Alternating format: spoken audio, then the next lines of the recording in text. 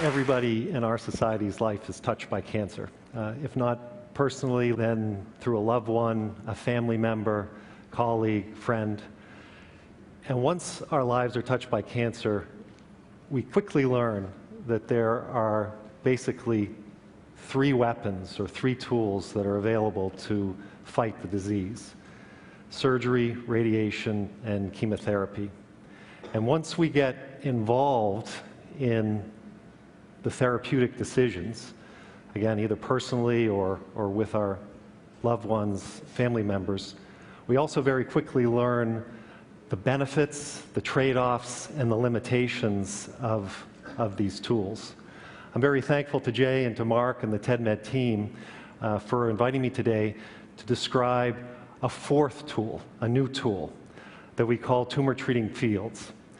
Tumor treating fields were invented by Dr. Yoram Palti, professor emeritus at the Technion in Israel, and they use low-intensity electric fields to fight cancer. To understand how tumor treating fields work, we first need to understand what are electric fields. Let me first address a few popular misconceptions. First of all, electric fields are not an electric current that is coursing through the tissue. Electric fields are not ionizing radiation like X-rays or proton beams that bombard tissue to disrupt DNA. And electric fields are not magnetism. What electric fields are a field of forces. And these forces attract bodies that have an electrical charge. The best way to visualize an electric field is to think of gravity. Gravity is also a field of forces that act on masses. We can all picture astronauts in space. They float freely in 3 dimensions without any forces acting on them. But as that space shuttle returns to Earth, and as the astronauts enter the Earth's gravitational field, they begin to see the effects of gravity. They begin to be attracted towards Earth. And as they land, they're fully aligned in the gravitational field. We're, of course, all stuck in the Earth's gravitational field right now. That's why you're all in your chairs. And that's why we have to use our muscle energy to stand up, to walk around, and to lift things. In cancer, cells rapidly divide and lead to uncontrolled tumor growth. We can think of a cell from an electrical perspective as if it's a mini space station. And in that space station, we have the genetic material, the chromosomes, within a nucleus. And out in the cytoplasmic soup, we have special proteins that are required for cell division that float freely in this soup in 3 dimensions. Importantly, those special proteins are among the most highly charged objects in our body. As cell division begins, the nucleus disintegrates, the chromosomes line up in the middle of the cell, and those special proteins undergo a 3-dimensional sequence whereby they attach, and they literally click into place end on end to form chains. These chains then progress and attach to the genetic material and pull the genetic material from 1 cell into 2 cells. And this is exactly how 1 cancer cell becomes 2 cancer cells, 2 cancer cells become 4 cancer cells, and we have ultimately uncontrolled tumor growth. Tumor treating fields use externally placed transducers attached to a field generator to create an artificial electric field on that space station. And when that cellular space station is within the electric field, it acts on those highly charged proteins and aligns them. And it prevents them from forming those chains, those mitotic spindles that are necessary to pull the genetic material into the daughter cells.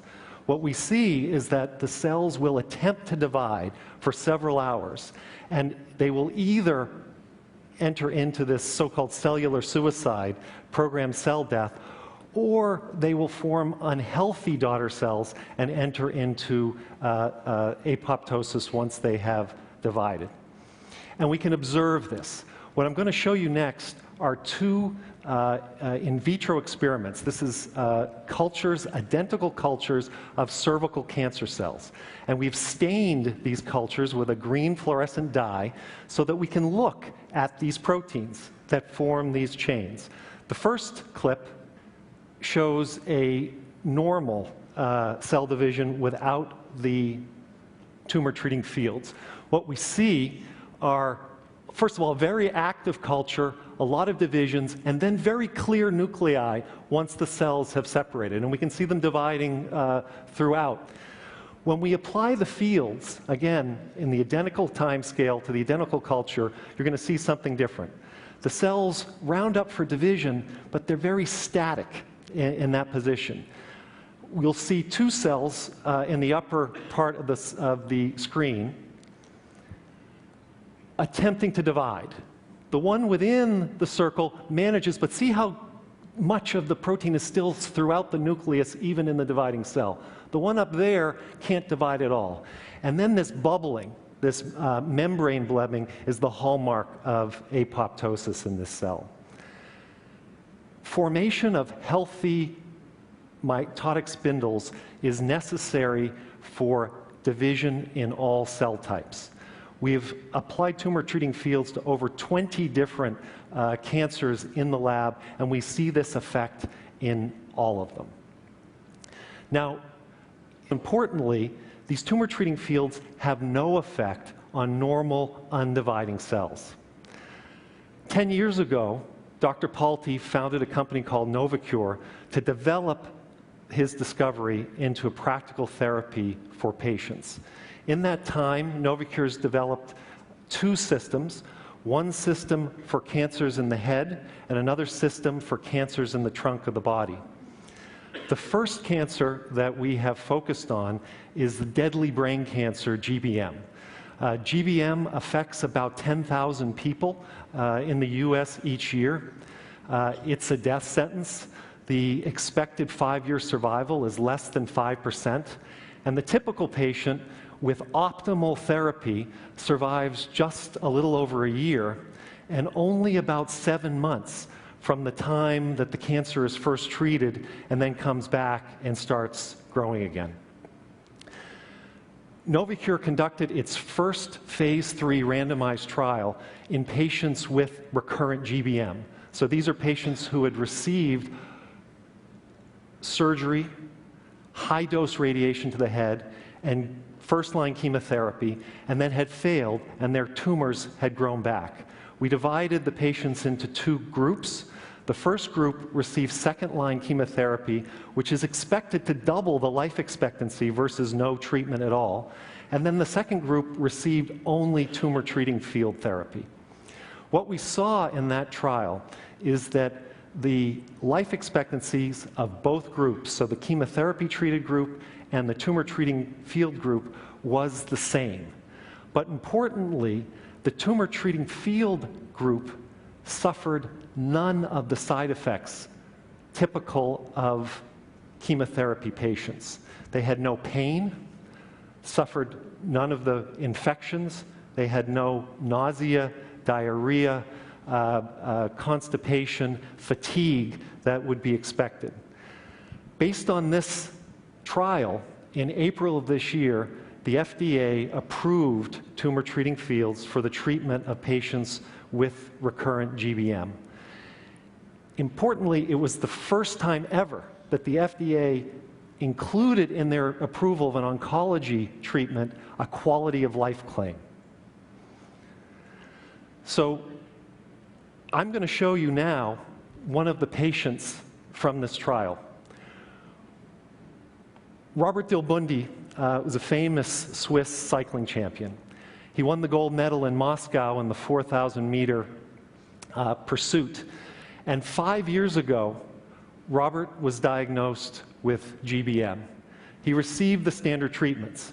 He received surgery, he received high-dose radiation to the head, and he received first-line chemotherapy. A year after this treatment, and in fact, this is his baseline MRI, you can see that the black regions in the upper right quadrant are the areas where he had surgery.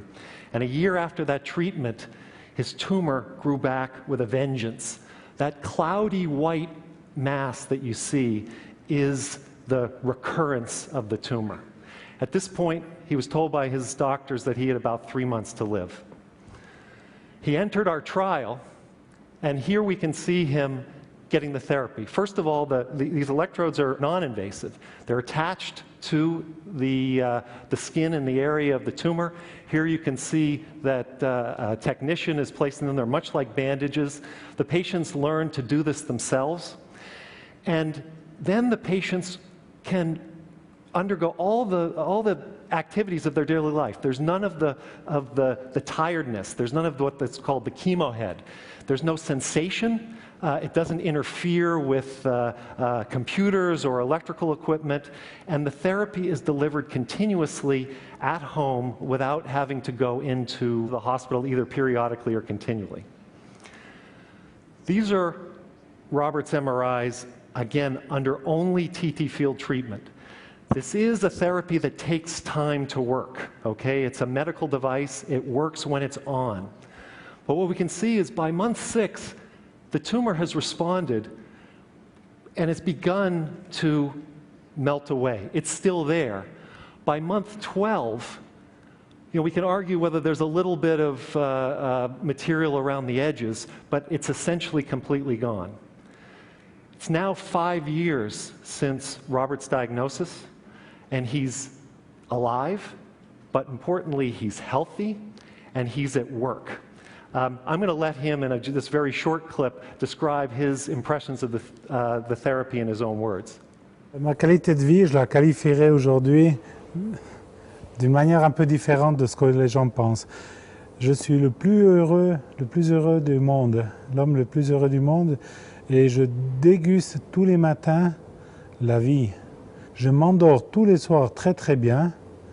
Et je suis, comme je répète, le plus heureux des hommes au monde. Le matin quand je me réveille, j'ai dit merci, je vis. Novocure is also working on lung cancer as the second target. We've run a phase 2 trial in Switzerland on, again, recurrent patients, patients who have received standard therapy and whose cancer has come back. I'm going to show you another clip of a woman named Lydia. Lydia is a 66-year-old farmer in Switzerland. She was diagnosed with lung cancer 5 years ago. She underwent 4 different regimes of chemotherapy over 2 years, none of which had an effect. Her cancer continued to grow. 3 years ago, she entered the Novocure lung cancer trial. You can see in her case, she's wearing her transducer arrays, one on the front of her chest, one in the back, and then the second pair side to side over the liver. You can see the tumor treating field generator, but importantly, you can also see that she is living her life. She's managing her farm, she's interacting with her kids and her grandkids, and when we've talked to her, she said that when she was undergoing chemotherapy, she had to go to the hospital every month for her infusions. Her whole family suffered as her side effect profile came and went. Now she can run all of the activities of her farm. It's only the beginning.